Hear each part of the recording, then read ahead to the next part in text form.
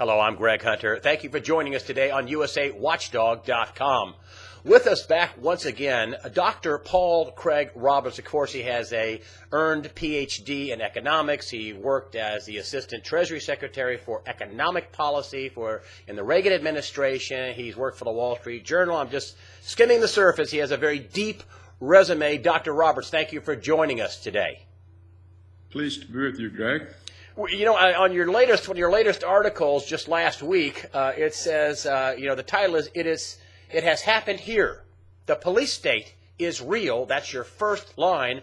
And you're talking about these drone killings, which they are killing a terrorist, whether they are American or not. Your thoughts? I mean, the administration says it's ethical, it is legal, and it is a wise policy decision. You say? Well, it means that they've overthrown the principle that you're innocent until proven guilty.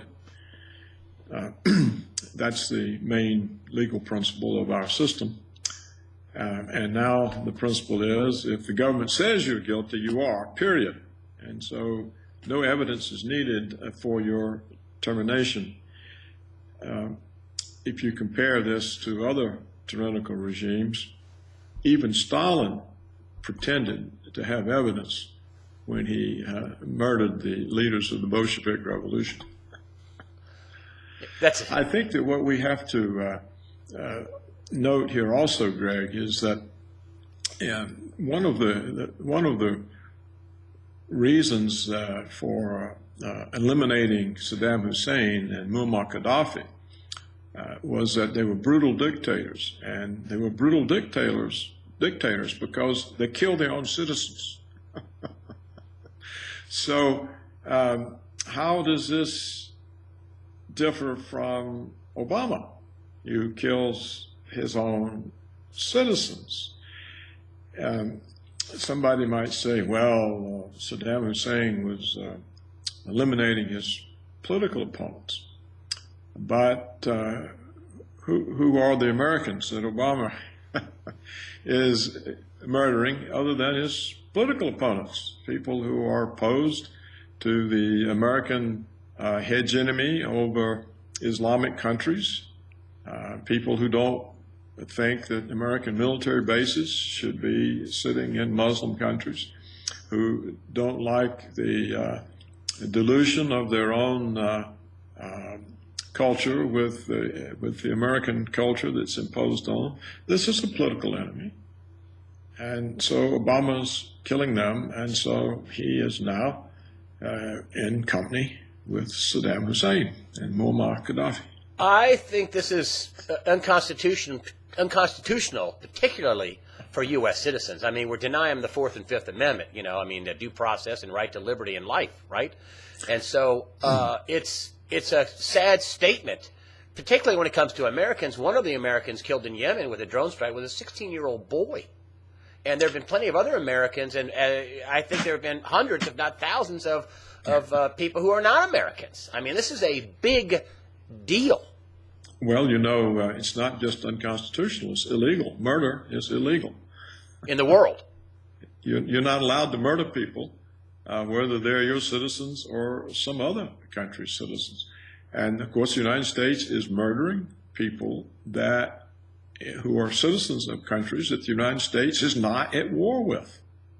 We're not at war with Pakistan, and yet we're murdering large numbers of Pakistani citizens. We're not at war with Yemen. And we're not at war with Yemen. And all these places we're using drones to murder people that the government tells us are terrorists, but seem to be mainly women and children.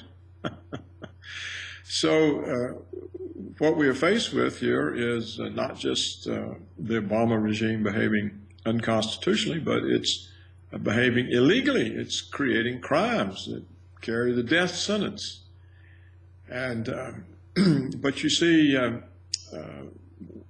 Washington now doesn't need law. It has might, and might is right.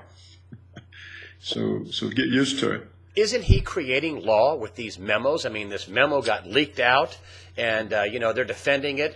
When we started off, they said it's it's legal, it's ethical, And it's a good policy. And what we just talked, it's not legal and it's not ethical. I think that's pretty clear to any thinking person who believes in the Constitution. But good policy. I mean, are we creating terrorists? I mean, aren't we creating anger in people in these other countries that are saying, hey, you flew a drone over and you knocked out, some citizens of Yemen or Pakistan or wherever? Even if they are Al-Qaeda, aren't we making the problem worse? Medical clinic, a farmhouse, a school. Look, it does create hatred of the United States, but I don't really know how tribesmen in remote areas of Pakistan would bring their anger to bear on the United States. But more seriously, even than that, than the arbitrary murder of people, yes, they are creating laws with secret memos. So we have a situation, in the United States, Congress is supposed to create the laws by legislating in public. The executive branch is not endowed with any power to create laws, but now it's creating laws by writing secret memos. And then it announces the law, but it never announces what the basis of the reasoning that they have the power to create this law. That never is revealed unless the memo is leaked. So when you have the executive branch creating its own laws, just completely ignoring Congress, this is another sign of dictatorship. So that's one sign. Edicts or law originating as an edict from the dictator. And the other great sign of a dictator is the murder of his own citizens without due process. So the Obama regime now has both of the main identifying characteristics of a dictatorship. This is just a fact. I'm not bringing a charge. I'm just reporting what the two characteristics of dictatorships are. It's well known. And they now both apply to the Obama regime. So we can no longer represent ourselves as freedom and democracy. We now are a dictatorship, a police state. What really upsets me, too, in the two-party system, the Democrats didn't bring this up. The liberal Democrats, who were so up in arms, they created a special report about waterboarding. I mean, waterboarding, please give me a break. You mean incinerating somebody by drone, remote-controlled murder is somehow, a little bit better than torture of waterboarding? I mean, both are terrible. But the Democrats and the Republicans didn't bring this up before the election. Why didn't Romney bring this up? Hey, Mr. President, let's talk about your license to kill, and you killed 3 Americans. How do you feel about that? Why didn't they bring that up in the debate? I mean, they didn't talk about any of the big issues. This is a huge issue. Well, they agree on the issues. And, of course, the Democrats don't want to talk about Obama killing people. They're prepared to talk about the Republicans torturing people with waterboarding. Which is nothing. And the Republicans, compared to killing somebody with a Hellfire missile. Both are illegal. It's not really a question of which is worse. Both are strictly speaking illegal, and not just under international law, but under U.S. law. So we now have governments.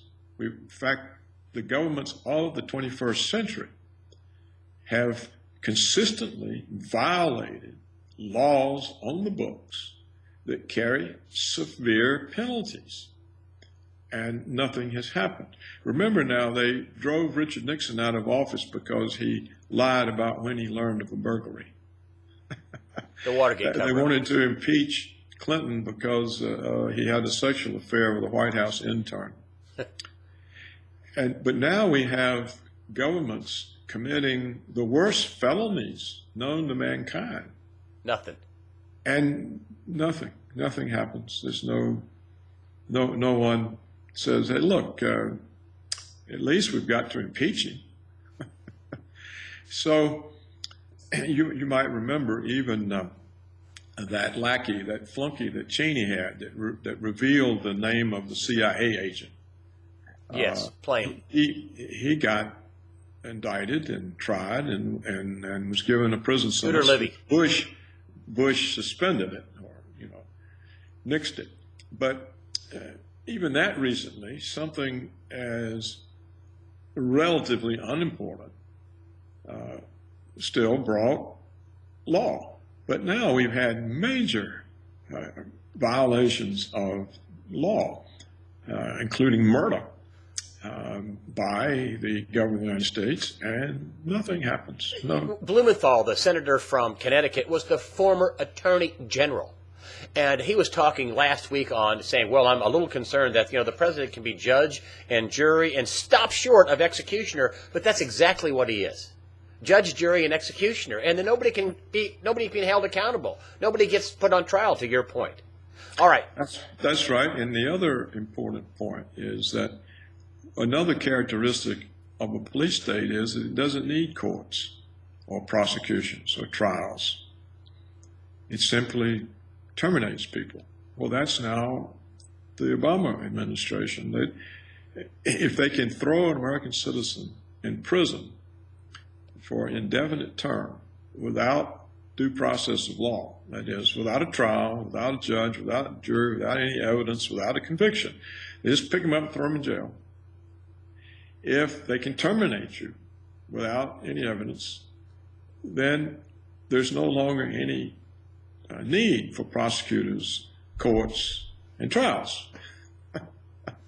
And if they can do such major things as essentially life imprisonment or take your life, then what do they need judges and trials and prosecutors for lesser offenses for? Sad day in America. Listen, I will be remiss, and people will be mad, that if I had a former assistant Treasury Secretary in front of me to just give me a thumbnail on the economy. I mean, with all this gun grab and gun control and drone strikes and all this, a lot of people are out there saying that this is the year the economy really falls out of bed, that things are going to get really shaky with the dollar. Things are going to get shaky with the sequestration and raising the debt ceiling. John Williams is saying, hey, if they don't fix something by May, this thing starts, circling the bowl. What do you say about the economy? What's your appraisal? Where are we on the collapse chart? Well, I think we have three of the biggest bubbles in history. One is the bond market. When you have the government creating new debt and new money hand over fist, and yet you have negative real interest rates on debt. That is, the interest rate on bonds is less than the rate of inflation. That's a bubble. That's a big bubble. When you have a stock market that's high, when consumers have no growth in their income and are themselves drowning in debt, that's a bubble. And when you have a currency that you're creating 1 trillion new units of every year, 85 billion a month, in order to monetize a annual operating deficit of $1 trillion, then the future of that currency is very much up in the air. So you've got three bubbles: stock market, the bond market, and the dollar. And when they pop, I can't say. Timing is never predictable. But certainly there are three major bubbles, and something is going to go. If they don't reach a deal where they do some meaningful cuts and they don't raise the debt ceiling, what happens? I don't think it has anything to do with that. First of all, they can't bring the deficit into balance, because they've destroyed the tax base. They've let so many good manufacturing and professional service jobs be offshored that they've destroyed the tax base for the federal government, for city governments, and for states. And so the only way they could, even if they stopped the wars, even if they abolished the Department of Defense and no longer had a war budget, we would still be running a deficit. And when you have an economy that's sinking, you may remember in the fourth quarter of 2012, the GDP was negative. Negative 0.1%. With all this money printing, negative. Yes, and that's negative with all kinds of loose monetary policy and loose fiscal policy. So I suspect John Williams is right that probably the first quarter of this year and for the rest of the year, the GDP is going to be negative. So how are you going to cut the social safety net when there are no jobs, when people don't have any money? And another thing that's going to hurt the economy is Obamacare, because it essentially is a tax on people who don't have any disposable income. They have to lay out thousands of dollars to buy a health policy. They haven't got any money. They would have to cut something else. So that'll take a toll on the consumer economy. So I suspect it's going to be a very rough year. And of course, as the economy sinks, the deficit projections will rise and panic will mount. And at some point, this could set off a run on the dollar. And when the dollar loses value, interest rates will escape from the Federal Reserve control. Go As up. they rise, the bond market will crash, and people will lose whatever is left of their wealth. Paul Craig Roberts of paulcraigroberts.org. Thank you so much for being on USAWatchdog.com. You're a fine American, my friend. Thank you, Greg.